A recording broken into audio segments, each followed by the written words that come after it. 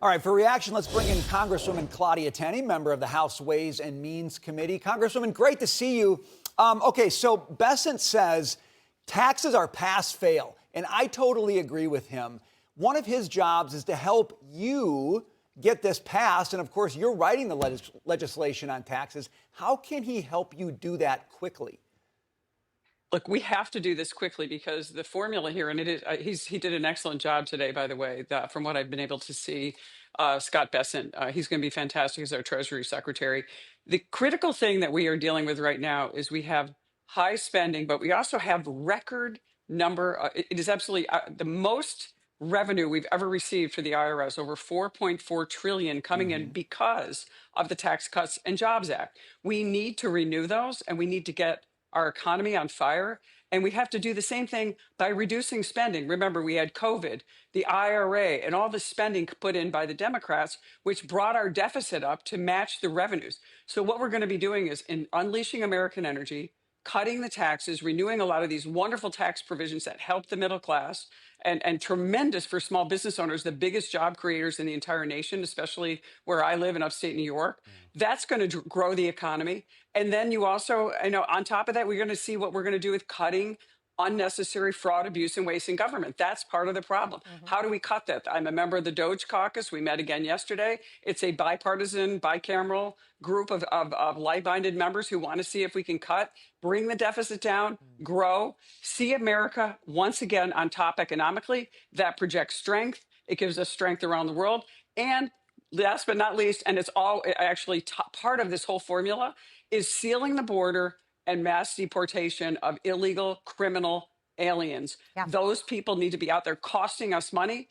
They're making us less secure. And all those things come together to make massive growth and a renewal of the American nation as the leader of the world again. The border and the economy absolutely go hand in hand, Congresswoman. While we have you, I want to ask you about this Israel-Hamas ceasefire deal.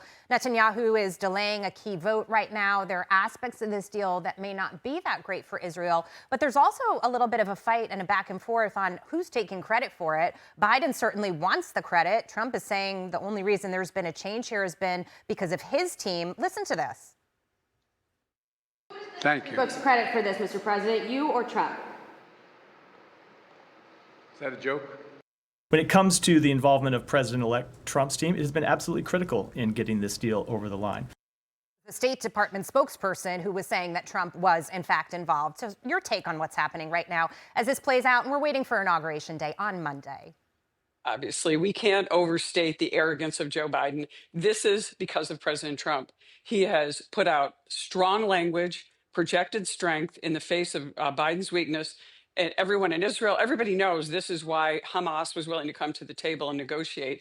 I know the deal is not perfect, but Steve Witkoff has done an excellent job making sure we get some of the hostages home. I have to tell you, I met one of the hostages last night, and her husband is coming home.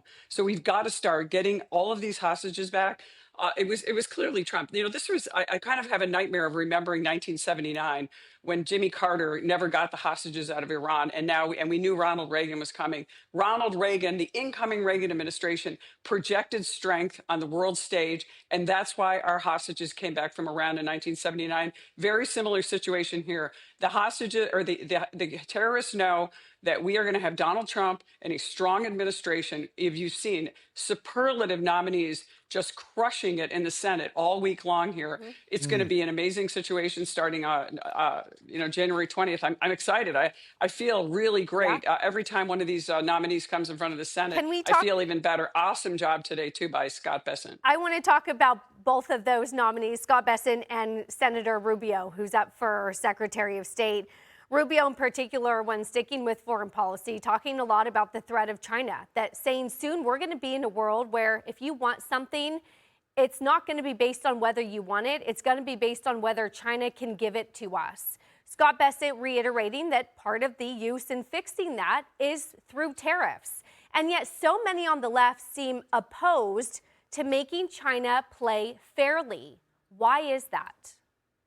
Look, China is not going to play fairly because we ask them to. It's going to have to come through force, and that's in the form of tariffs, economic strength. Look, the Democrats, for example, like solar panels.